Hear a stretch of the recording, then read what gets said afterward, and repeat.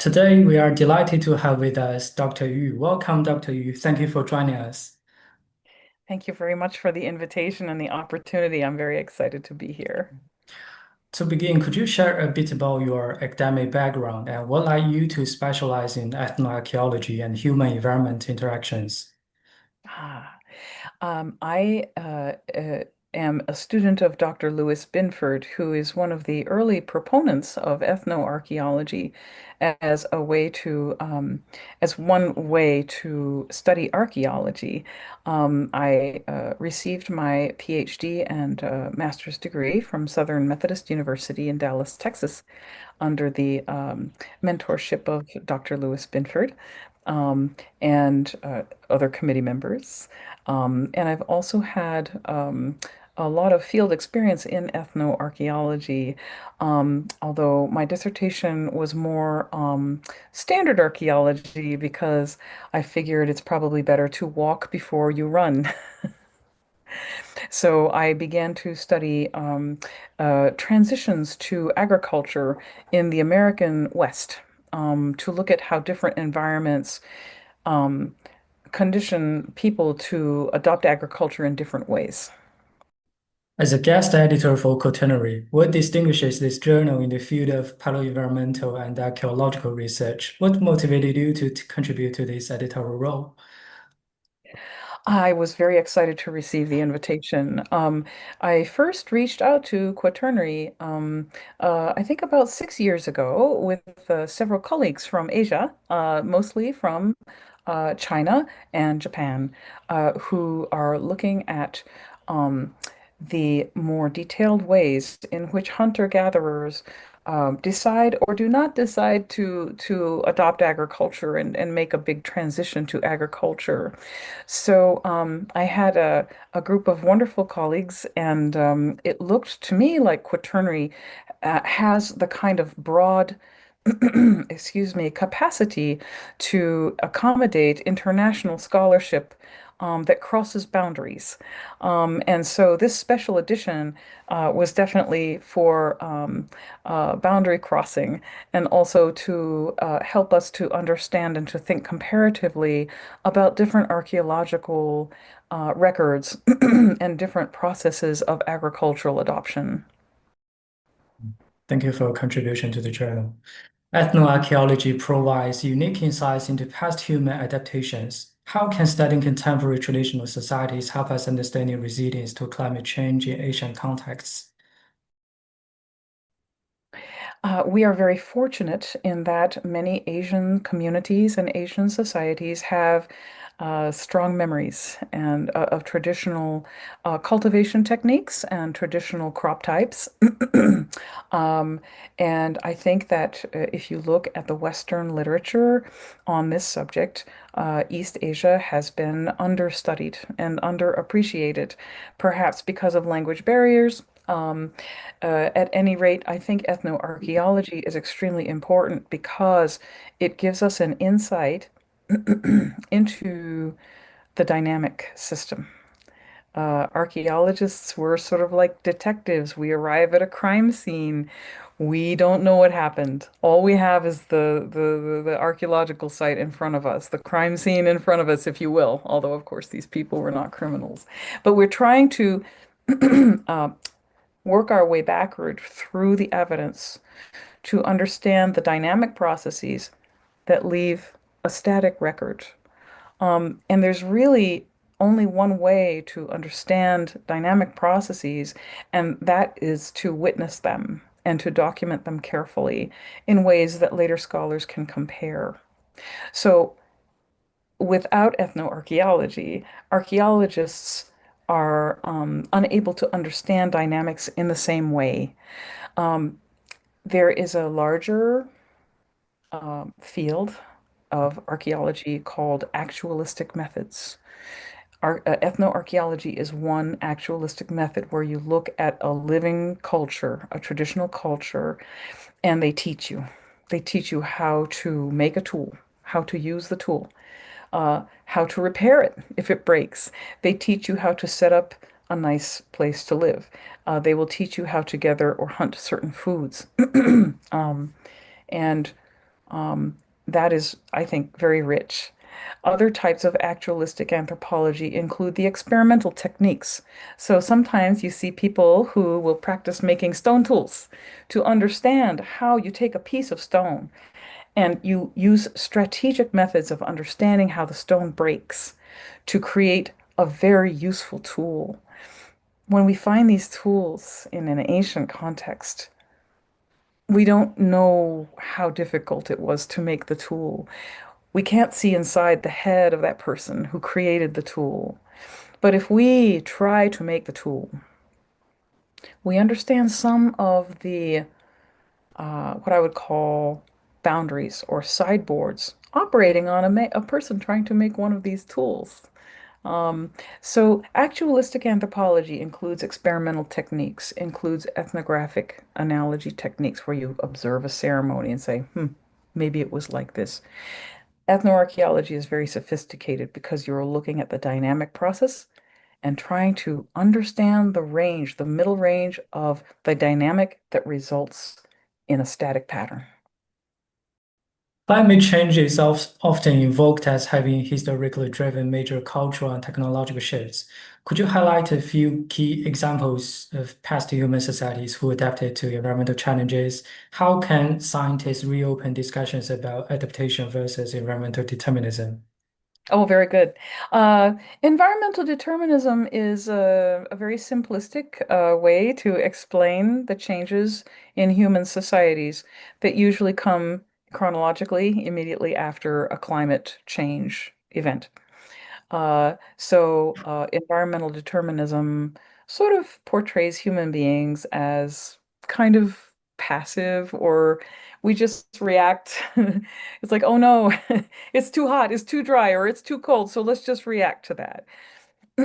I think that ethnoarchaeology has certainly shown me, in my experience, how human beings actually have a very dynamic interaction with their environment. So that if you see some fluctuations in climate, even if there's a big fluctuation, human beings um, basically do we have a breadth of experience we have shared from our elders or from even older than that, and can actually perform adaptive measures so that not only do we react to maybe a change in the climate, but we may actually find how that could benefit us in the future. And it strengthens us, it makes us more resilient as animals, as in our physical bodies, but also in our societal response. So one example perhaps would be the extreme dry desert of Western Australia during the last ice age. These conditions were so dry, there is no place on Earth today that is so dry. And what we see is that human beings did fine. They adapted basically by observing how the animals behave, by increasing their mobility between water sources and sources of plant food and hunting grounds, so that these people were some of the most mobile people on the planet.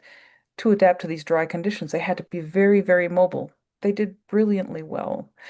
Other times we see situations where, for example, I'll bring up Cahokia. Cahokia is a very large mound building society that existed a little bit more than 1,000 years ago in near what is now Chicago, Illinois, in North America. So in the Midwestern United States, Cahokia was a major city with rulers who actually had trading relationships for thousands and thousands of kilometers and built these huge mounds of earth with beautiful buildings on top and had very large burial complexes, very, borderline state, sort of a chiefdom to state level society. During basically a drought that made it difficult to cultivate maize, this society basically disintegrated. And we think about that as the end. But what we see is the very large political center goes away and smaller integrated centers arise so that the people did not die, they did not disappear, they adapted. And it's really uh, wonderful for archaeologists to be able to discern these patterns in the archaeological record and also to talk to today's people to ask them, what do you do? What do you do when your crops do not when you have crop failure, for example, or if there's a war and someone attacks your village, how do you adapt? Um, these are questions that people will tell you the answer to. And often, if you talk to the elder people, they'll give you a lot of details. And they'll say, oh, well, my grandparents taught me how to do that. So it gives you great insight that the flakes and the pieces of stone and the pieces of bone, or even building materials in the archaeological record, they can't tell you these kinds of things. When you combine them, they're very powerful. Thank you for detailed explanation. What methodologies in ethnoarchaeology are most effective for studying human response to climate variability, and how do they complement archaeology and other quaternary sciences? There are many, many methods. I would say that one of the most effective methods for understanding adaptation to climate variability in terms of food security is simply following people on their journeys to obtain food, to cultivate food. I worked in Venezuela for 2 years with a hunter-gatherer group. So these people were not doing the major farming. They had very small gardens. And for the most part, they hunt and gather by walking. I followed the women on their root gathering trips. And they would tell me what they were doing. They would describe it. These are the root grounds we go to during this time of year. This other time of year, we go to these root grounds. We make sure we never pick too much. We always leave some of the plants for later. We don't pick too much. We don't exhaust the supply. Um, these kinds of what we call a focal follow is where you have a method of measuring time, distance, direction, and later recreate the trip. You can recreate a pathway showing, for example, where all these ladies went to dig their roots that day. And then you can compare that with, for example, men who go on a hunting trip. The men have a very different pattern of movement. This is very useful for us to understand. For example, if for some reason the climate causes a reduction in the kinds of delicious animals that people want to hunt, then the hunters need to travel further. They need bigger distances. They must walk further. They must be far away from their families, maybe for several days. Our work showed us how to quantify distance, time, direction, and the weight of the food procured back home, for example, so that we could compare that across seasons. We could compare it between years. And if we know that there's a year that has a certain type of variability, more rain, less rain, colder, warmer, we have enough data to compare. The other kind of data that we find very valuable is really tool related. And so this is more what archaeologists are most interested in. Again, how do women and men and even children make their tools? How do they collect the things you make the tools from? The stone, the wood, the plant material, the bones, the horns, the teeth even. How do they collect those raw materials to make the tools? Then how do they prepare those materials to make the tool? Then they actually make it. They go out there and they use that tool. For example, I saw one man make a beautiful arrow, nice long arrow. He shot a crocodile with the arrow, and the arrow bent. So it's like, oh no, I bent my arrow. He pulled the arrow out of that animal, which has a lot of hard bones. The nose is very hard. And he put the arrow on the nose and he took a stone and he started straightening his arrow using the nose of the crocodile as another tool. And these are really exciting things for archaeologists to see. They may not translate directly to archaeological evidence, but if, for example, you see someone make a stone tool, use it, break it, repair it, you get some insight when you go to many thousands of years old site and you see a stone tool that looks like some of the same kinds of marks are on it. So again, that's a long explanation. I think ethnoarchaeology has ways for us to look at how human beings not only respond to climate variation, but adapt to it and make it work better for them. In your research, have you identified recurring patterns or strategies in human resilience to climate stress that might inform modern adaptation policies? I think I do. I have been very interested in crop types. So, the Green Revolution, we since 19 late 1960s, early 1970s, the Green Revolution has created a lot of food. We use just a few types. I think it's now 8 major crops in in the whole world, right?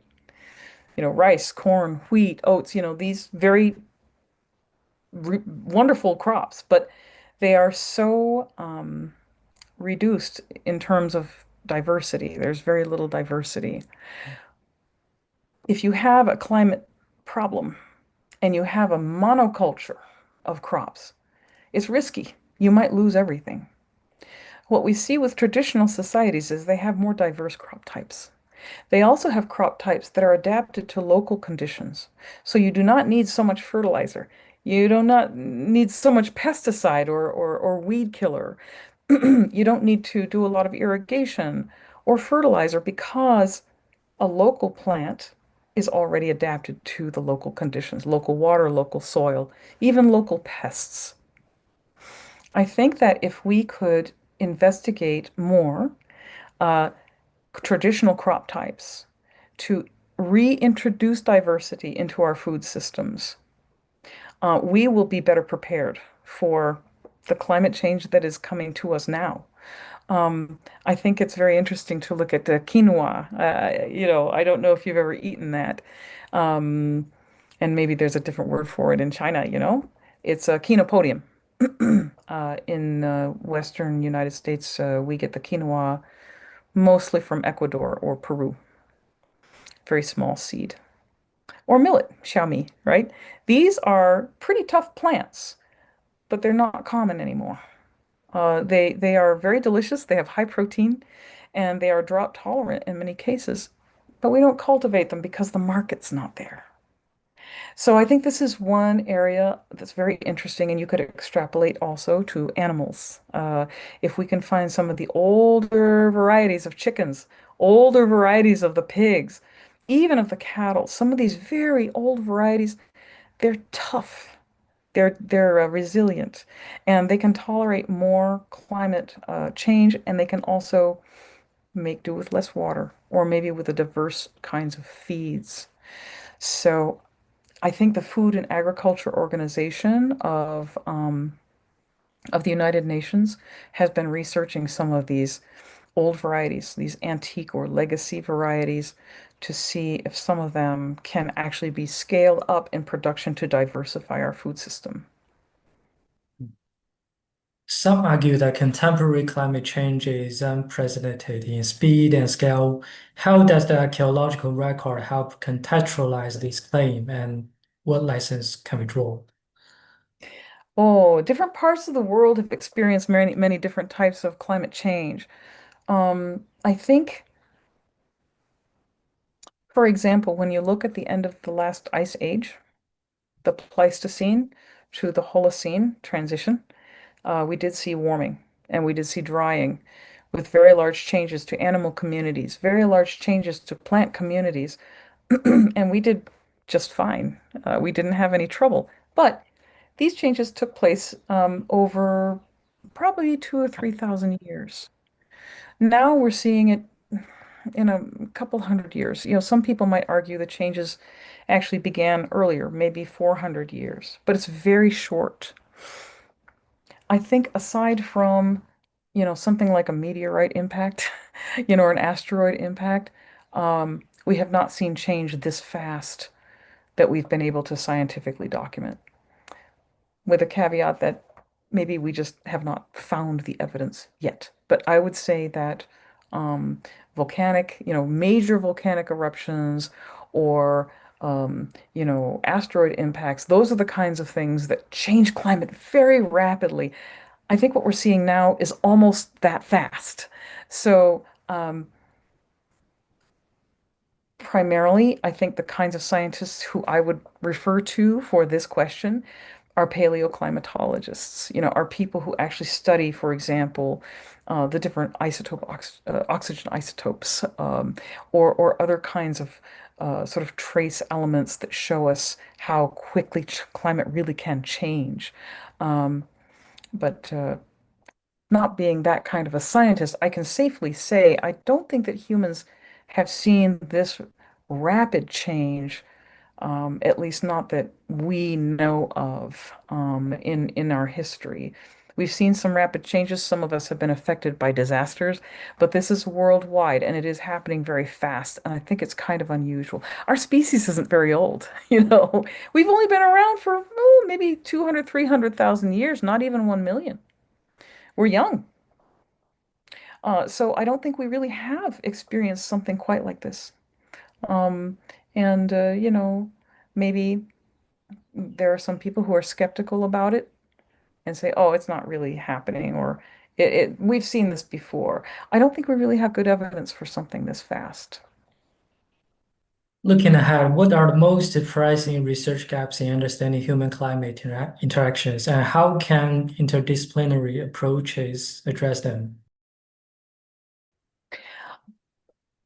I refer to the term Anthropocene, which is a term coming into more common use, which is basically used to describe a geological epoch that means that the driving force of change on the planet is human behavior. It's kind of scary. It's like, oh my God, we're doing that much. We're having such a great effect.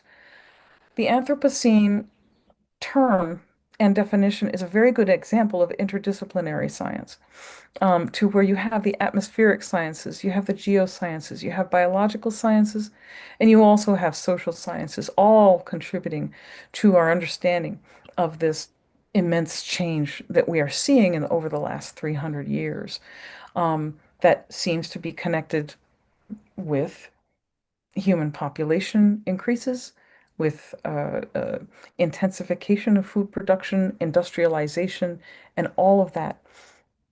So, multidisciplinary is the number one way to go. First of all, because it's better science. Second of all, because people are, shall I say, suspicious. People don't trust one science or another science. I think if you can talk to people who are not so sure, maybe they're on the fence, they don't really think this is really happening, they don't want to change their behavior. If you say, look, you have 6 different sciences are converging on this understanding of the Anthropocene, hopefully that will be compelling to some people who are not sure. Um, yeah.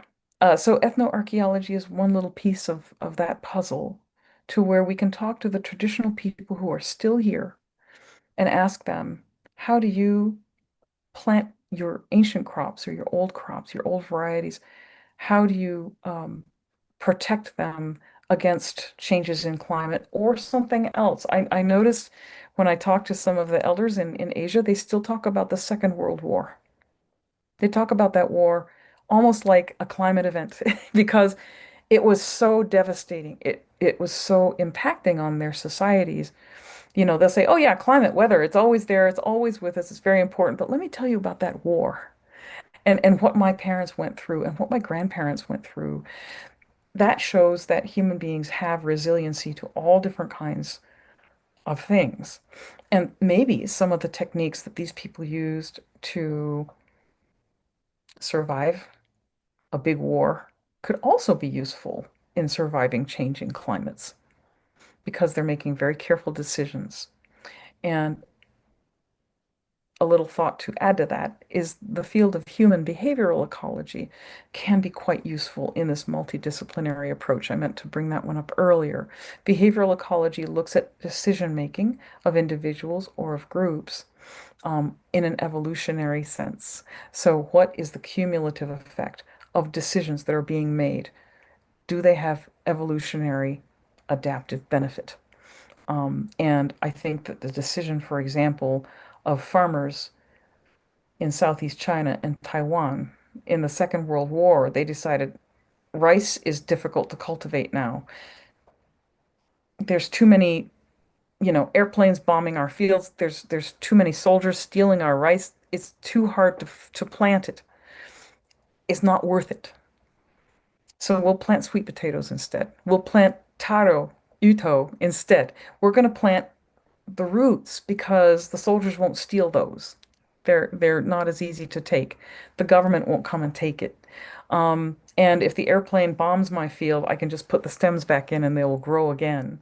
So they were making strategic decisions to plant a crop that is more resilient, requires less care, and can still feed people.